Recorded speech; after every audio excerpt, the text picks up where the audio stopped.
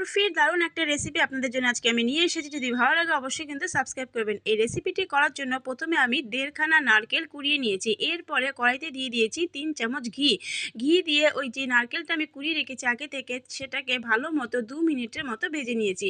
এরপরে যেহেতু 1.5 খানা নারকেল আমি দিয়েছি, তাই প্রায় হাফ কিলোর ওপরে দুধ দিয়ে দিয়েছি, লিকুইড দুধ। দুধ দিয়ে আমি কিছুক্ষণ একদম নাড়াচাড়া করে ঘন করে নিয়েছি নারকেলটাকে। এরপরে দিয়ে দিয়েছি 1 চামচ গুঁড়ো দুধ, দিয়ে দিয়েছি হাফ চামচ এলাচ গুঁড়ো আর স্বাদ অনুযায়ী চিনি। সমস্ত উপকরণ দিয়ে আমি আরও ভালো মতো ঘন করে নিয়েছি নারকেলটাকে। এরপরে একটা থালার মধ্যে ঘি লাগিয়ে নিয়ে তার মধ্যে নারকেলগুলোকে রেখে দিয়েছি। এইভাবে আমি চারদিকে ছড়িয়ে দিয়েছি নারকেলটাকে। এরপরে 10 মিনিটের মতো রেখে দিয়েছি ঠান্ডা হওয়ার জন্য। ঠান্ডা হওয়ার পর উপরে ছড়িয়ে দিয়েছি কাজু বাদাম। এরপরে আমি বরফির আকারে পিস পিস করে কেটে নিয়েছি। বন্ধুরা, এইভাবে একদিন বরফি করে খেয়ে দেখুন, একদম কম খরচে সহজ পদ্ধতিতে বানিয়ে ফেলতে পারবেন বাড়িতে।